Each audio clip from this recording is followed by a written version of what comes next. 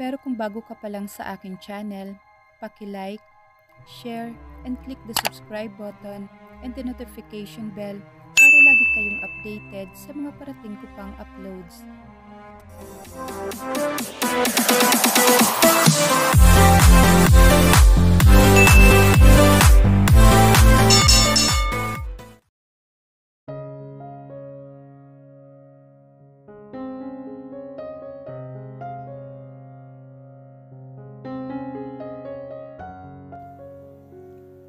Sa ilang araw nilang pananatili dito sa bayan ng Santa Lucia, ay naging masaya at komportable naman si Liana. Ito ang bayan kung saan nagmula si Annie at ang isa pang kaibigan ni Clark na may pamilya na rin ang nakilala nila. Sa mga araw na nagdaan, naging masaya siya na alagaan at pagsilbihan ng asawa. Tuwang-tuwa si Christian habang pinagmamasdan si Liana sa masagana nitong pagsubo ng ginataang kalabasa. Noong nagsasama pa sila bilang mag-asawa, ay wala siyang mga ganitong alaala.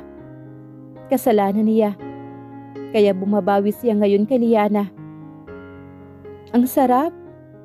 Sambit naman ni Liana nang maubos nito ang laman ng mangkok. Ikaw ba? Nagustuhan mo ba ang lasa? Tanong naman ito sa kanya. Gusto ko kung ano ang gusto mo. Kaya kung paborito mo ang ginataang kalabasa, ay paborito ko na rin. Kung ano ang masarap para sa'yo, ay masarap na rin para sa akin. Nilagyan niya ng tubig ang baso ni Liana. Kinuha naman ito kaagad at inubos ang laman. Gaya-gaya ka naman. Gusto mo bang ipaglatag kita? Magkukwentuhan lang tayo dun sa sala. Bigla pa namang lumamig ang paligid dahil sa pagbuhos ng malakas na ulan. Pumayag naman si Liana. Naglatag siya, tapos ay naupo lang siya at isinandal ang likod sa paanan ng sofa. Maliit lang kasi iyon, pero magiging komportable din naman si Liana kung dalawa silang mahihiga roon. Mahiga ka na, Liana. Uwi ka naman niya rito. Paano ka? Hindi pa naman ako inaantok. Basta mauupo lang ako dito. Nagulat siya ng imbes na mahiga ng maayos sa futon, ay pumwesto ito ng higa malapit sa kanya at ginawa nitong unan ang paa niya. Napabuntong hininga naman siya. Ang hirap namang kumalma kung magkalapit sila ni Liana. Dahil ang gusto niya talagang gawin ay ikulong ito sa ilalim ng katawan niya at angkinin ito ng paulit-ulit. Christian, pinangarap mo ba talagang maging CEO? Tanong naman ito sa kanya.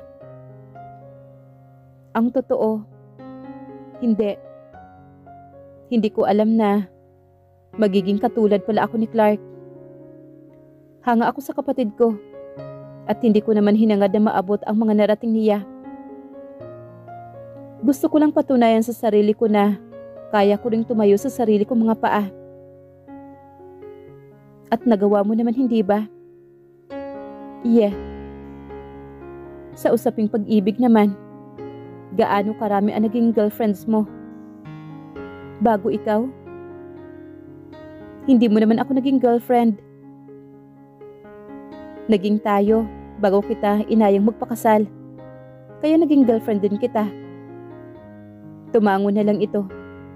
O sige na, pero gaano nga karami ang naging nobya mo? Hindi ko alam. I was never in serious relationship before. Nakafocus ako sa trabaho ko noon. Ibig bang sabihin ako ang naging seryoso mong girlfriend? Yes. At ikaw din ang una at nag-iisang babaeng inalok ko ng kasal. Pumalatak naman ito at napalabis sa kanya. Hindi naman talaga ako ang gusto mong pakasalan. Siguro. Pero ikaw pa rin ang babaeng inalok ko ng kasal at hindi si Liani. I asked Liana.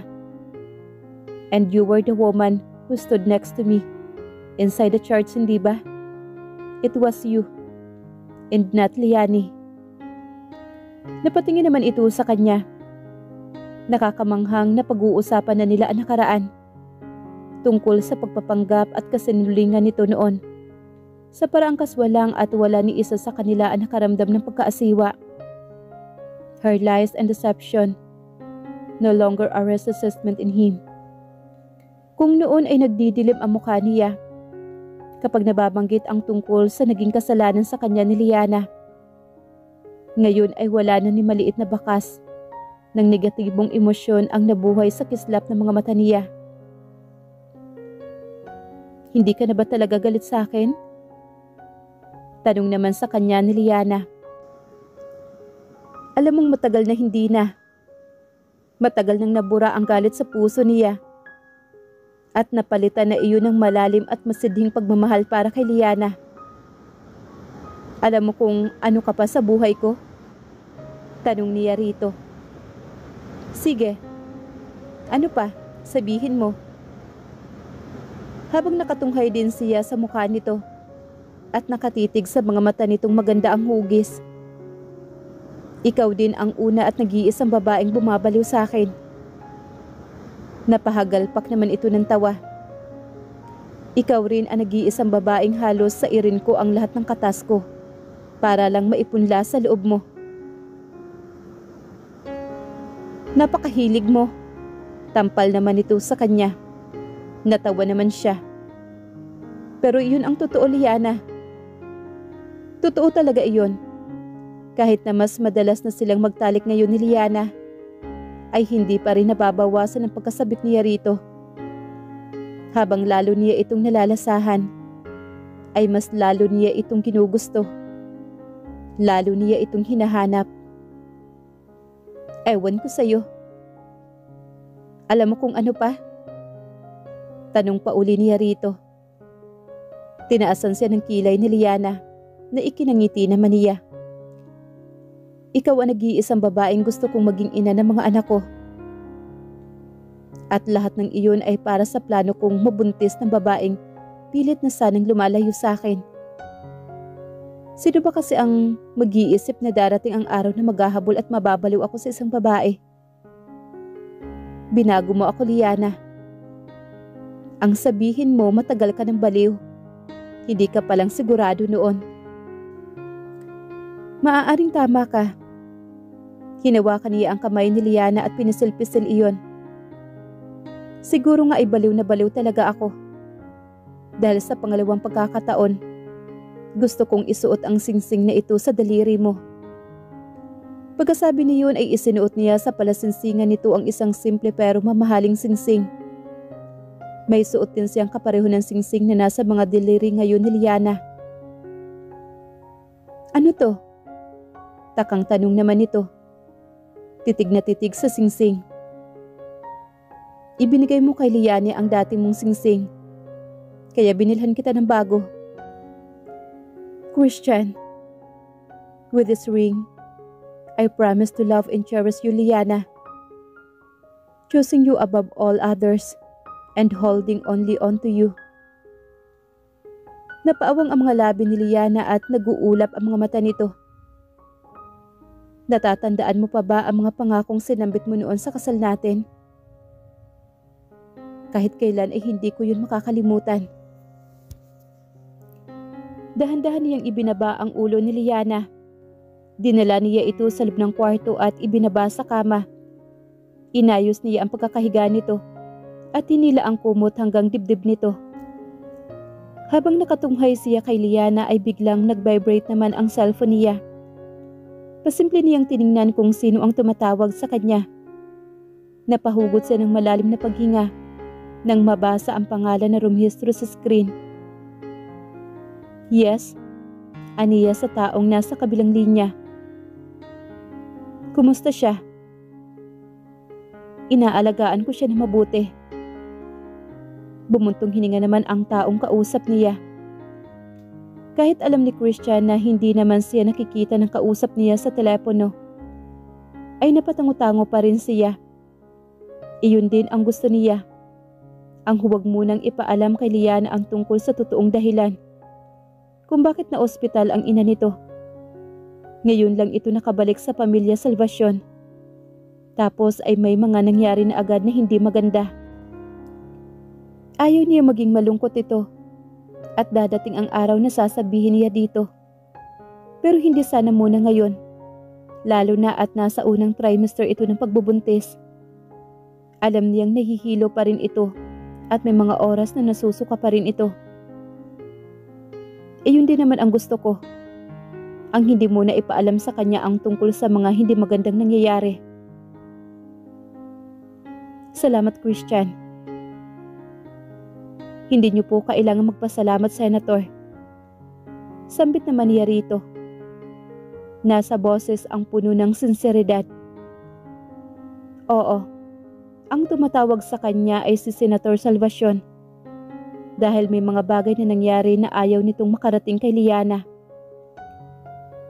Noong araw na nakita niya ang video ng live interview kung saan tinutokso ng host si Liana kay Attorney Bernard at sumugod siya sa studio.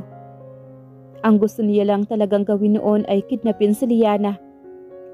Kaya nga naisip niya na kung hahadlang ang pamilya ni Liana sa plano niyang pagtangay dito, ay nakahanda niyang gawin ang lahat para makuha niya pa rin ang asawa. Pero nung makita niya si Senator, nakita niya sa mga mata nito ang kakaiba. Habang matiim itong nakatitig sa kanya at hindi gaano nagsasalita, ay ramdam niyang may gusto itong sabihin sa kanya. Nang walang ginawa ang senador at hinayaan lang siyang makalabas ng studio, sa kabila ng halos magwala na si Dylan, ay alam na niyang may pag-uusapan sila nito. At tinawagan nga siya nito. Iyon ay noong nasa loob na ng examination room sa Liana, nung dinala niya ito sa hospital, at siya naman ay nasa labas at pinalalagyan ng cream ang mga pasa at sugat niya sa mukha niya. Sinabi ni Senator sa kanya na may mga taong umaali-aligid ngayon sa mga Salvacion. Both Dylan and Nicole were provided with personal bodyguard. Dinoble rin ng senador ang mga security na nagbabantay sa bahay ng mga ito. Ito man ay nadagdagan ng mga tauhan. At habang hindi pa nito nahuhuli ang mga taong may pakana sa pag-atake sa asawa nito, ay gusto nitong lumayo muna sa Liana. Nangyari ang pag-atake sa asawa nito, isang araw na galing ito ng Salvacion Group at palabas ng gusali. Papunta na ito ng sasakyan kung saan naghihintay ang personal driver nito, nang biglang may humagibis na kotseng muntik nang bumangga dito. Noong una akala niya ay isang kaso lamang iyon ng aksidente, pero nang i-review ang CCTV, ay nakita nilang sadyang naghihintay sa gilid ng kalsada ang nasa loob niyon. Malapit sa gusali ng Salvacion Group ang kotse nito. At na makitang lumabas na ng building ang asawa ng senador, ay saka nito binuhay ang makina ng kotse nito at tinutumbok ang kinaroroonan ng babae. Nang hindi napuruhan ang asawa ng senador, ay may bumaba pang dalawang lalaki mula sa loob ng sasakyan at mukhang balak pang lapitan ang esposa ng senador. Mabuti na lamang at nakalapit na ang driver at ang gwardya, kaya tumalilis palayo ang dalawang lalaki. Ginawa ni Senador Salvacion ang lahat upang patahimikan ang media at huwag makakalabas ang tungkol sa nangyari. Gusto nito ng tahimik na investigasyon at dahil na rin sa inaalala nito ang anak na si Liana na pagkatapos ng mahabang panahon ay ngayon palang ulit nakabalik sa kanila. I would never ask for your help if you're not capable. Pero nakita ko kung paano mo halos baligtarin ang mundo para kay Liana. Kaya sa kabila ng hindi ko tuwirang pagtitiwala sa iyo dahil sa mga ginawa mo noon sa anak ko, ay alam kong ikaw ang taong pinakamay kakayahang siguraduhin ang kaligtasan ni Liana. Senator Salvacion naman, huwag mo nga banggitin ang tungkol sa pagkamatay. Wala akong planong mamatay. Gusto kong mabuhay ng mahabang panahon kasama si Liana. Napabuntong hininga ulit ang senador sa kabilang linya. Siguraduhin mo lang na ligtas ang anak ko. Huwag mo akong bibiguin. Hindi ko gagawin yon at hindi ko kayo bibiguin. May isa lang akong gustong hilingin sa'yo. Kumunot naman ang noo niya sa sinabi nito. Ano po iyon? Alam kong hindi mo mapipigilan ang sarili mong pakialaman ang anak ko. Pero please, huwag mo siyang bubuntisin. Muntik na siyang mabilaukan sa sinabi nito. Narinig mo ba ako, Christian? Huwag mong bubuntisin muna ang anak ko. Dalawa kayong tumungo ng Santa Lucia. Bumalik kayo ng dalawa pa rin. Pakiusap. Baka pagbalik nyo rito 3 na kayo. Huwag muna. Ano ba ang dapat niyang isagot sa senador? Would it be okay if he answered, "It's too late for that, Senator. Your daughter is already pregnant with my child." Umalsa ang sulok ng mga labi ni Christian habang nakatunghay sa natutulog pa ring si Liana. Nakaawang ang mga labi nito. Tila nag-iimbita sa kanya. Lumapit siya rito at naupo sa gilid ng kamang bahagya pang lumundo. Hindi man lang gumalaw si Liana. Tulog na tulog ito.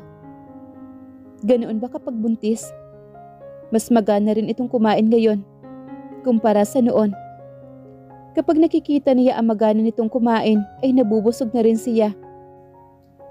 Naalala niya dati ang pambabaliwala niya dito sa loob ng 6 na buwan. 6 na buwan din iyon. Paano niya napanindigang hindi ito halos kibuin? Gayong para siyang baliw na buntot ng buntot dito ngayon.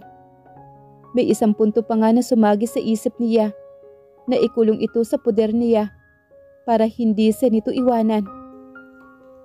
Yumuko siya at pinataka ng halik ang nakaawang nito mga labi.